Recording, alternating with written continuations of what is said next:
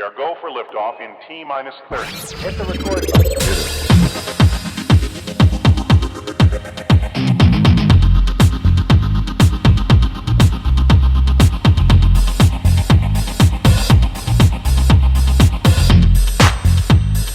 Gosh, that's swell.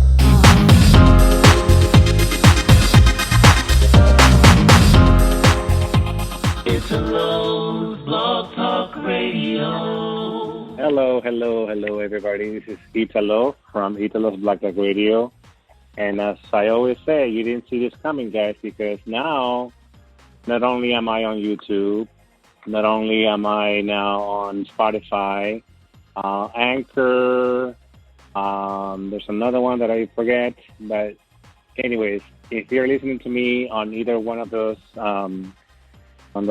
streaming services, congratulations, you're one of the few people that are found me on this new app, and I'm so excited to share all the interviews, not only this one that I'm having right now, but also every past interview that I've had in the last couple of months or so, because this is a new era. Everybody's now on a podcast on the radio, so I'd like to invite you all to like this page, follow, because I'm going to be posting a lot of new and past episodes.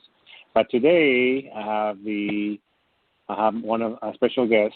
His name is Chris Curtis, and we met through a mutual friend. His name is Jeremy Madison. He's on TikTok. If you guys follow him, he's really funny. And so I met Chris Curtis in one of the Zoom meetings that we have, or he has, Jeremy, and every Friday.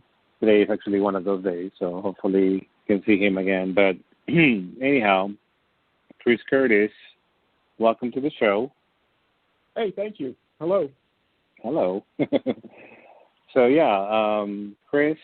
So for those that don't know, and I didn't know this, actually, we just had a conversation earlier, and I found so many things I didn't know about Chris during the conversation, and it was really fascinating. I wish I had recorded it, because we had like an hour conversation, or an hour and some minutes, so we could have had like 2 or 3 episodes just to get to know Chris.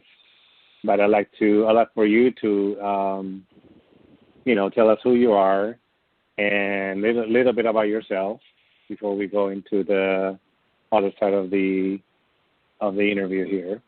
So why don't you tell our listeners who is Chris? Well, Chris is a 62-year-old man who, in 1984, got in the car with 4 other friends after drinking and didn't drive well. So as a result, we were all injured, and I broke my neck. And as a result, I'm quadriplegic. He uses a manual wheelchair to get around in my daily life. And the experiences before and after that were involved as a result are probably pretty much what we're going to talk about today. Right. Now, before that, actually, well, this happened in '84, but you were telling me that you were really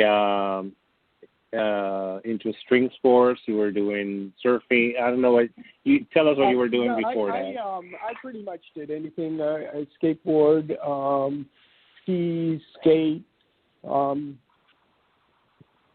snowmobile, ran, lifted. If there was something out there, I'd try it. Hiking, climbing. So I was very active, always very active. Outdoors was the place that I wanted to be, and where I always felt the most comfortable, and where I thought I would go with my life as a job. I was hoping at some point to be a ranger or a fishing game officer or something like that. But life doesn't always take you down the path that you think you're going to go. So my path turned. Right. So one thing we didn't discuss, and I actually thought about this when you were talking right now. What happened to the other passengers? They were all injured. We all, one girl broke her hip. Another girl broke her leg. One of the guys broke his jaw and his arm, his left arm. He was left-handed, and he was in law school at the time. So that made that year of law school very interesting for him. And the other guy had some compressed vertebrae. Now, probably out of all of them, I probably broke the smallest bone, but mine probably had the most life-altering effects as a result of the bone that I broke. So, right. And actually, I'm you know, how do you say this? I'm glad it was me that came out of this injury paralyzed as opposed to one of the other individuals that was in the car with me, because that would have been very difficult for myself. I'd much rather be going through this than sitting at home someplace and seeing one of the other people go through this and be out there walking around free and easy. Because I was the one driving. I feel like it was my responsibility to get people home and where they were safe and comfortable and everything else, and I failed. So, but you know, most everybody has been, you know, always took their share of responsibility because we all got in the car. We all have been drinking. Two of the individuals that were in the car, we didn't even know before we got in the car with them that night. So two of the two girls that were in the car, the three of us guys had known each other for quite some time, you know, 5, 6, 7 years. So, right. Now, so what is your condition now? Like, tell us what is. Well, so I what is broke the my injury? neck. I broke my neck, so I'm a quadriplegic. And for anybody that's out there that knows anything about the spinal cord and spinal column, I'm a C5, C6 incomplete spinal cord injury. And basically that means I broke the bone in my neck between C5 and C6. The injury to my spinal column was a bruise. But bruised spinal column is the same as cutting it at that place. Once you bruise the nerves, they don't regenerate. So I do have sensation below my injury level. Not like you would have. Mine's more like if I tap my leg, I can feel it. But if you stick me with a pin, I'm not going to feel the sharp pain like you would. I feel the pressure. I do have sensation below my injury level, which really has saved me a lot of times because it's prevented me from hurting myself when I might otherwise have. Oh, I see what you're saying. Right. Yeah, because I can feel. So it's like, wait a minute, let's back up. Yeah, still. Yeah. Right. So, I mean, needless to say, this changed your life. But tell us, how did it change your mindset? Because as we were talking earlier, and I noticed that you still have that spirit, you still have that mindset that you're able to overcome many things that many people cannot in those cases. How did it change your life in general?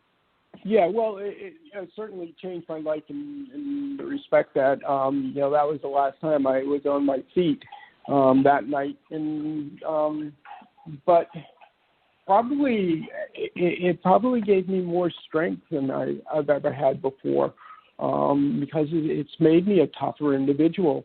It's opened my eyes to some things I wouldn't be aware of. I know you mentioned Jeremy. Jeremy's had a number of things, and he talks about having come through some of his things and being much more aware and alert.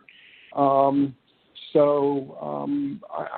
much more sensitive to other people and what's going on with their life. As far as physically, again, there's physically I can't do things, but I do live alone. I have 2 dogs. I have a house. I cook, clean, do the laundry, vacuum, there really isn't many things I can't do. Can't dust on top of the cupboards. My sister usually comes down here once a year and does a really good cleaning job for me. But I drive. I used to drive a car. Now I drive a van with a lift or a ramp. Right. So life has life has changed a lot, but not much too. It's hard to. I've been in the chair longer than I was on my feet at this point in my life. I was 26 years old. I've been in the chair for 36 years. So a lot of the stuff, that I do it without much thought. It's really second nature to me. I don't think of the things in any other, as odd or, some things that people, when I notice things are hard is when somebody's watching me and I can see them becoming uncomfortable with me trying to do things. And usually, people want to help me, and I'm just so damn stubborn. I'll say, no, I got to do it myself. And it's like, well, yeah, but it looks like, yeah, but hard's good. Because, I get to achieve something. So you can stand there and watch, and you can even laugh at me if you want, because it is funny. But, just don't help me. Right. So have you been through bullying because of this, or have you been, what I mean? No, again, at 26, people are pretty good about not. You don't have to worry about people really teasing you. Ignorance is the thing that you run into more than anything. I've been out to a restaurant where the waitress looked at the person I was with and asked her what I wanted to eat. Like, somehow I couldn't order my own food.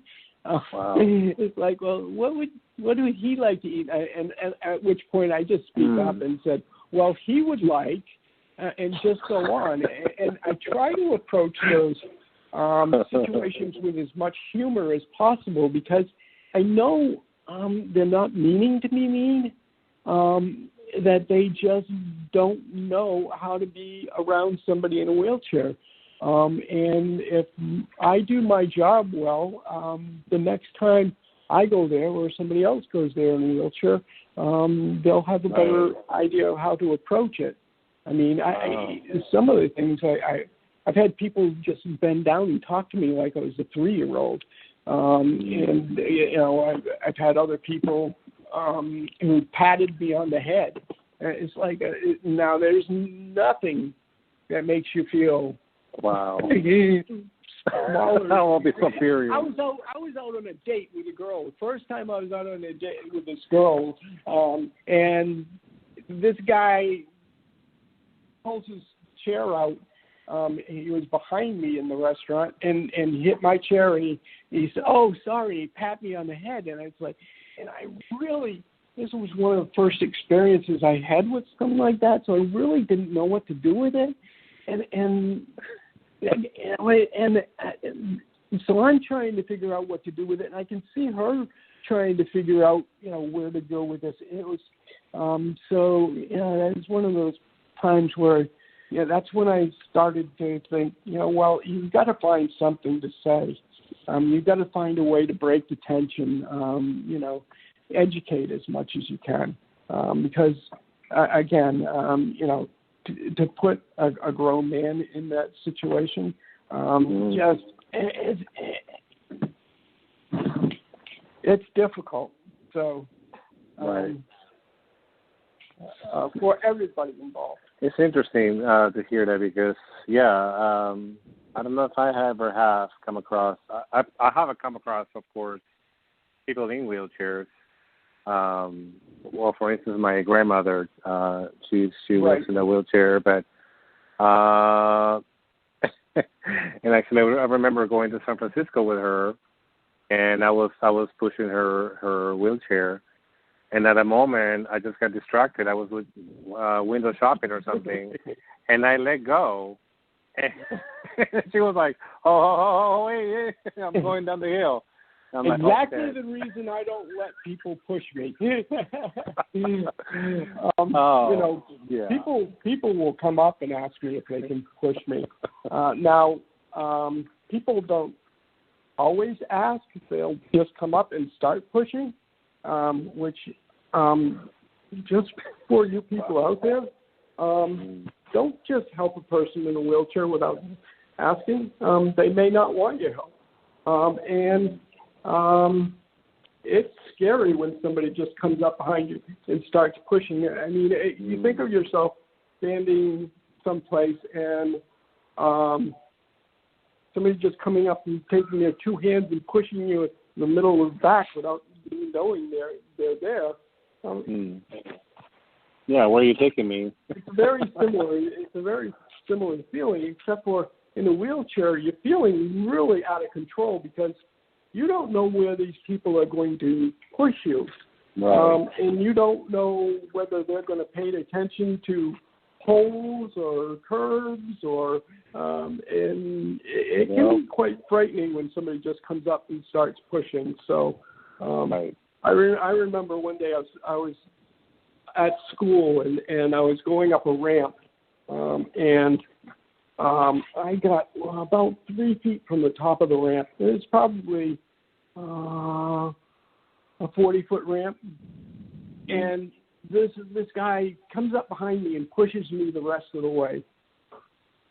And I just let out a big sigh, and I went, now I'm going to have to do it all again. I turned around and went back down to the bottom of the ramp. Just left him there, like I'm sure he's expecting me to say thank you. But this was something I wanted to achieve myself. This was a goal. I was working on something here, and this guy took my. It's kind of like somebody picking you up after you're running a marathon and carrying you across the finish line. It's like, no. Right. I want to finish this race myself. It was the easiest way to make my point. I don't know whether the guy got it or not, but it gave him something to think about anyway. So, right.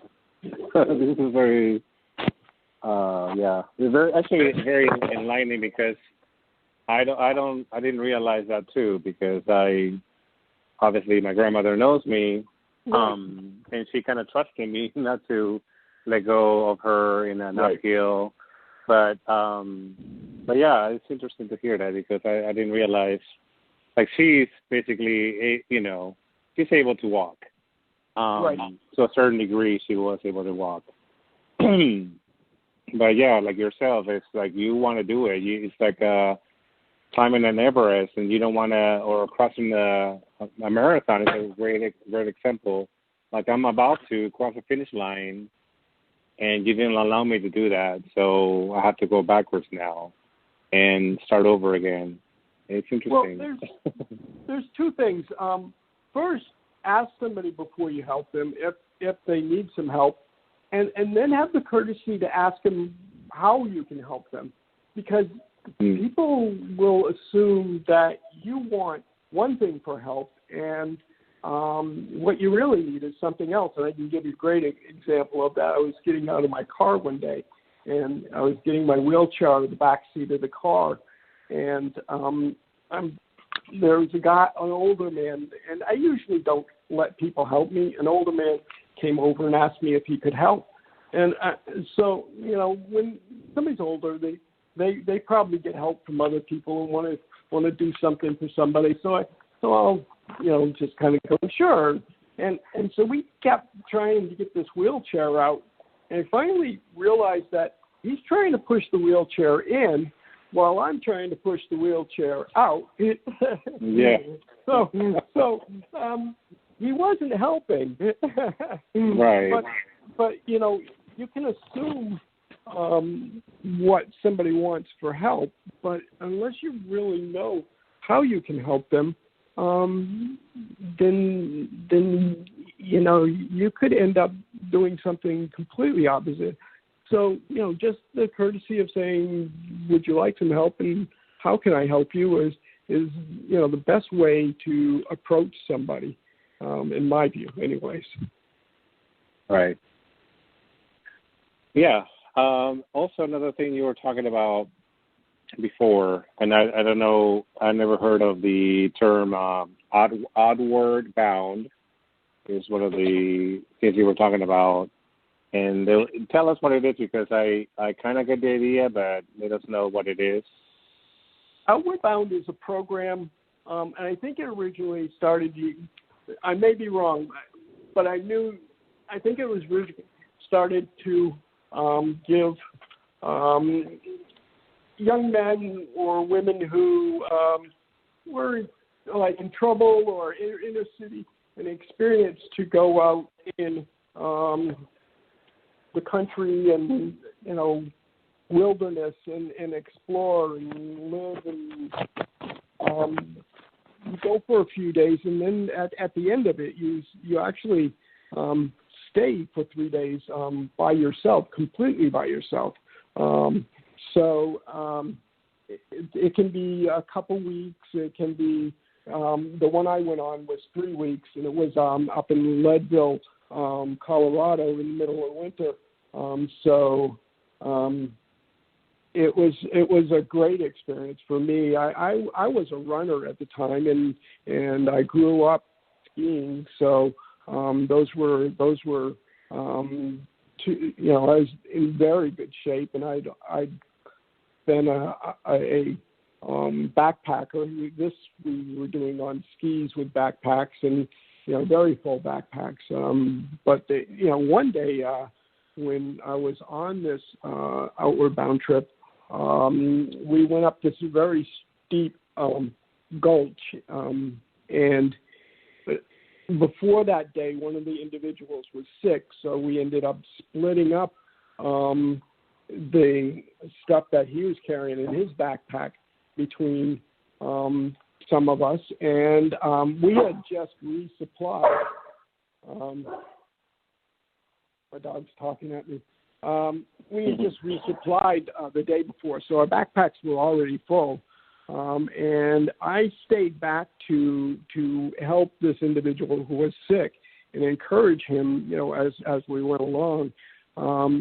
But what I ended up doing was expending a lot of more energy than I thought I had, because I, finally got to the point where I exhausted myself, with extra weight and spending more time encouraging.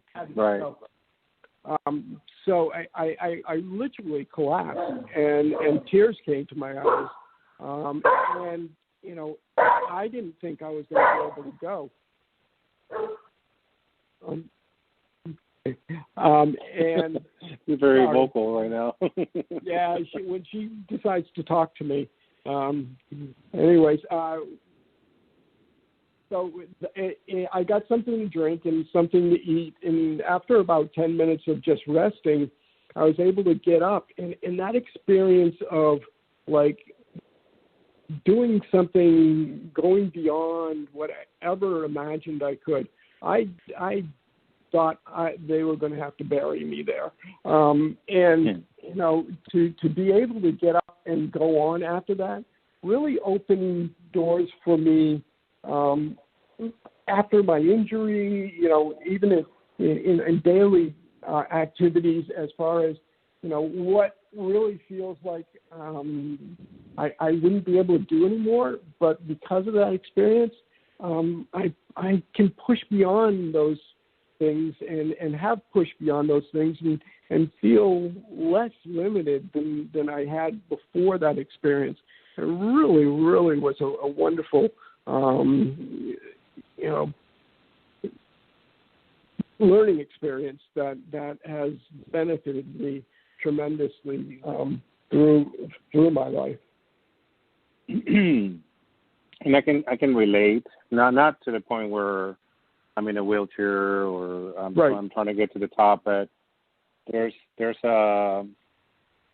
allegories to anybody's life whenever we're going through something so difficult that breaks us down to the point where we cannot continue. I myself have found myself in those scenarios too, where I couldn't go anymore. I couldn't be, I couldn't go to work anymore. I didn't feel like I was supported by anybody. I felt all alone. Right. It's also a mental. I think it's a mental. Well, it's more of a mental barrier than it is physical. Even though it was physically, I didn't feel like I could go on. It really is the mental barrier that you break through on an experience like that serves you more than the physical, in my view. Because if you mentally believe that you can physically do it, then that's the hurdle you have to get over. In many respects. So whether it's, for you, whether it wasn't necessarily a physical experience that you were trying to go through, to get through that mentally, that's the big hurdle. Right. Yeah, and then the things that you're doing right now, as I was telling you earlier, you're more active than I am. I can be on the couch all day and just be fine, but your spirit is basically, we want to go out there and you want to do things that most people couldn't do in 2 legs, and that's inspiring. That's actually very inspiring because, we put our hurdles, our mental hurdles too, that we don't want to overcome sometimes, or we are afraid to. Yeah, well, Yeah, well, my disability actually forced me to face some hurdles that I didn't expect to or think I would during my lifetime. I was always physically active and was always in a job that was more physical than anything else. But because of the injury, of course, I wasn't able to do that. So I went back to school, and I was never a great student in school, but because I was applied myself more and challenged myself, I actually did very well. I was able to get an undergraduate degree and then go on and get my master's. So, and if anybody had told me I would get a master's when I was going to school, I had graduated high school, I would have laughed at them and told them that they must be drunk. Right. And what was your major? I got a master's in social work. I got my undergraduate degree in urban studies. And in urban studies, you can specialize in mine was more in the social aspect of urban studies. There's also the studying the planning and but it was a great program in a small college, but it was one of the more challenging programs and really again, one of those things where that experience on Outward Bound opened me up to trying something that I didn't think I could do. Right. So I'm sorry about the dog. That's okay. I know. She's not usually this vocal, but right now they've decided it's playtime. Yeah. They've got my wallet and they're playing with it. Yeah, give her your iPhone, your wallet. Yeah. It's like, hey, he's on the. Well, that's Topper, my poodle, who I'm training as a service dog.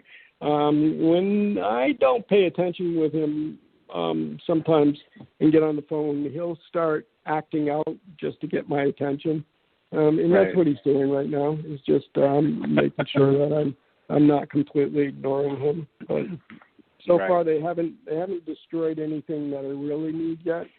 So as long as they just the wallet was already chewed. My license has holes in it from where it's been chewed on by him.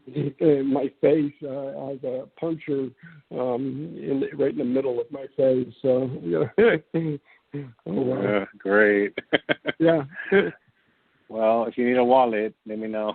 I can All give you right. one.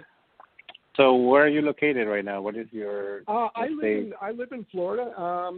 Grew up in New Hampshire. After my injury, I was in rehab for 6.5 months. So that was a really interesting experience. I became kind of a celebrity in the hospital because I was buzzing around and met all kinds of people, directors and nurses and doctors and all the people over that period of time. I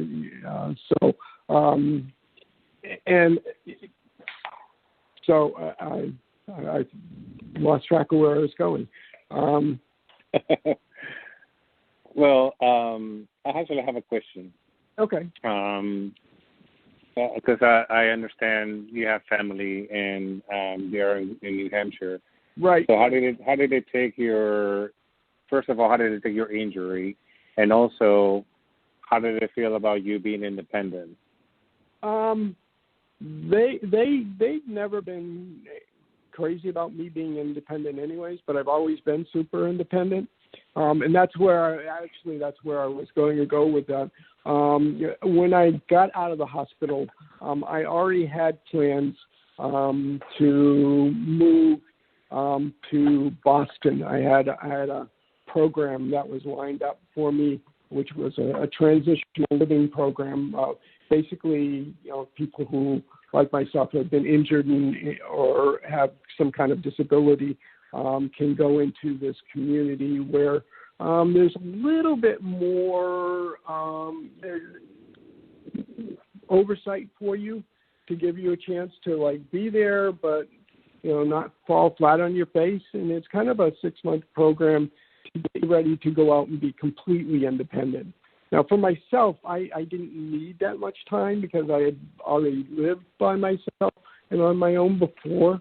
And it's just a matter of figuring out how I was going to do things physically. But for others who've never been on their own, it really was a wonderful program.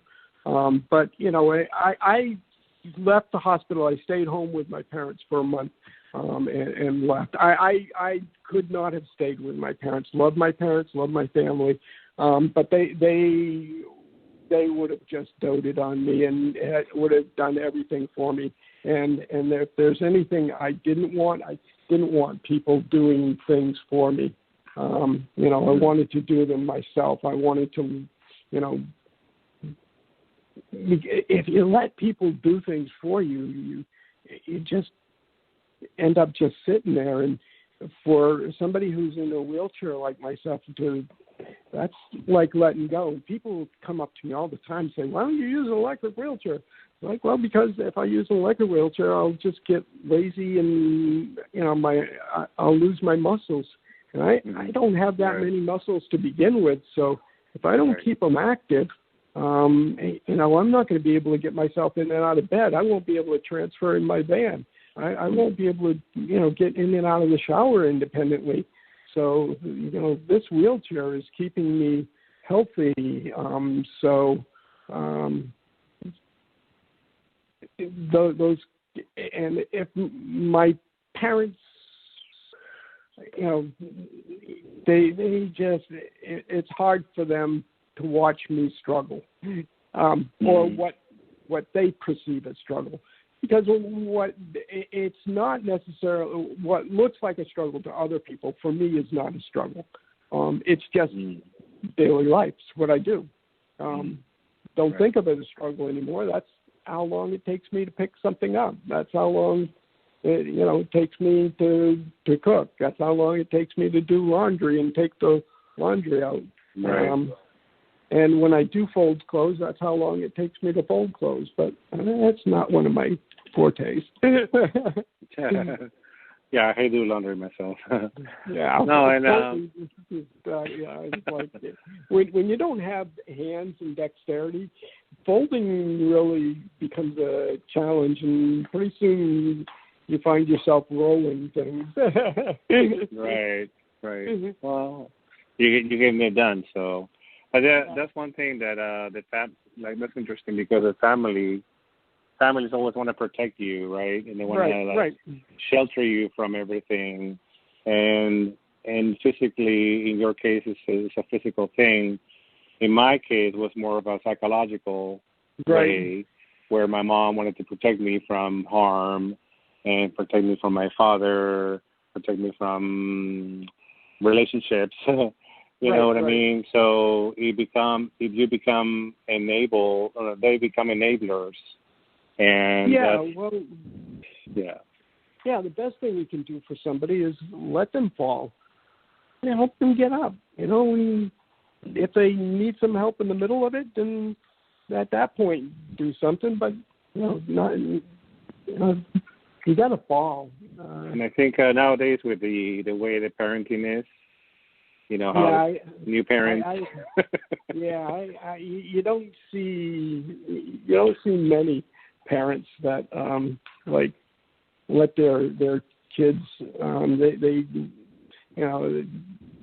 if they're going home, the kids want McDonald's, they go through McDonald's, as opposed to too bad.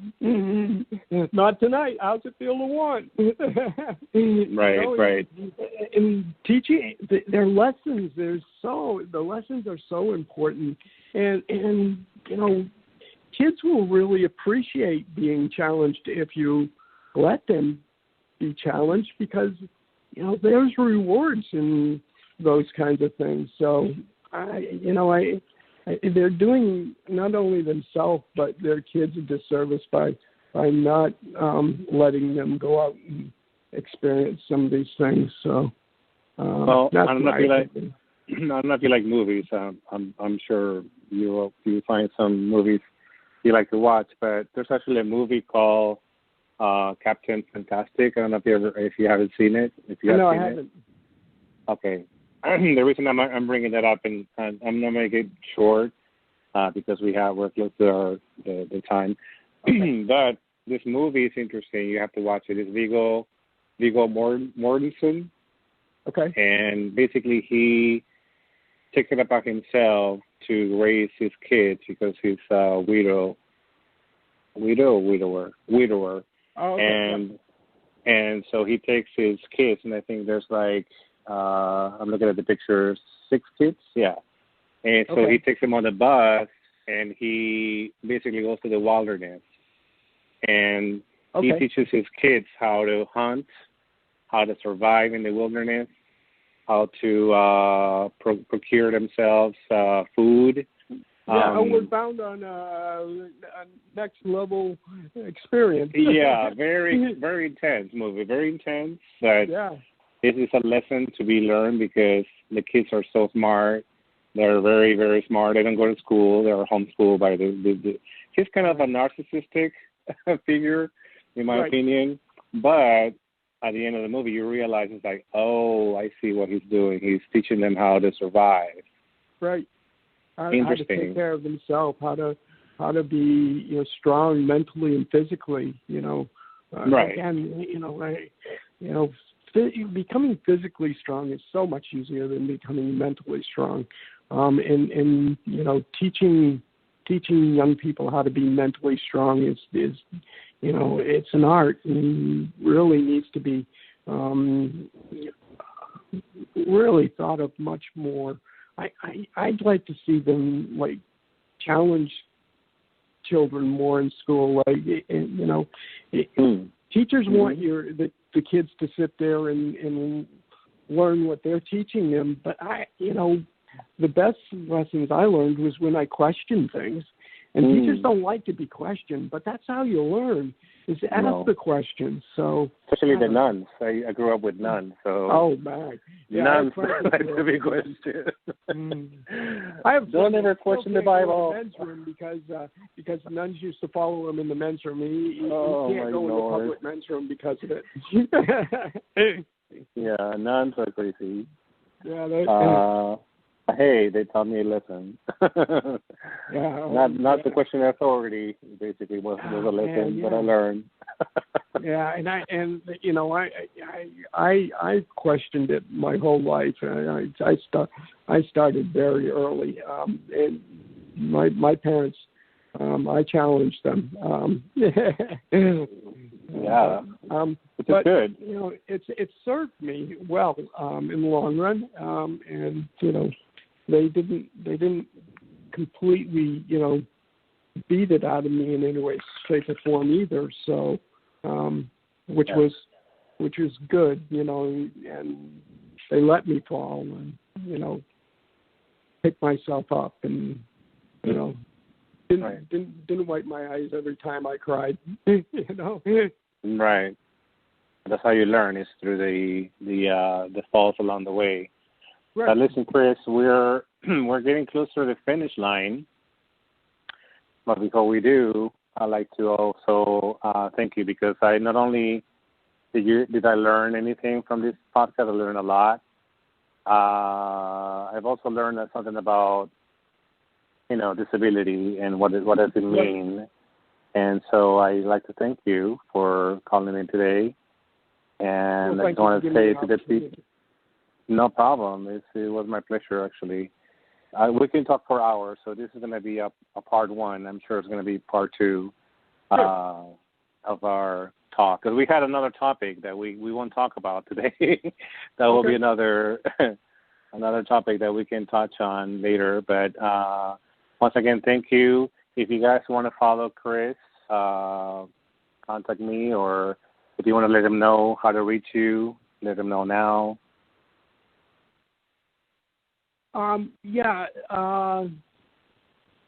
Top. Oh shoot, I forgot my TikTok name. Keep rolling or something. It's okay. There's hashtags and every underscores and all kinds of stuff. I haven't posted that much yet, so there's really not much for you to follow with me. Maybe by the time I do the interview with you next time, I'll have put some stuff up that will be worth sending people to see. No worries. In between time, I'll learn what my username is. No, it's been great. And also, however you're listening to this podcast, I'm going to post your information below. So if anybody wants to follow you, they'll be able to follow you or contact you or just, reach out. But in the meantime... honestly, if there's anybody who has a young person who is dealing with a disability, or even an older person who's dealing with a disability, and there's some questions, I'm open to questions and discussions and how I do things and, way I've mastered and, because I've had to learn a lot of things to do a lot of things different. So I'd certainly be willing to pass those on. Awesome show. So once again, thank you. Give me 1 second. And then for those that are listening, as I always tell you guys, we didn't see this coming, because I sure didn't see this coming. So once again, thank you. And don't forget to follow, subscribe, whatever, share, and just stay tuned for the next episode. So with that, I'll say again, thank you, and have a wonderful, wonderful day. We are go for liftoff in T-minus 30. Hit the record button.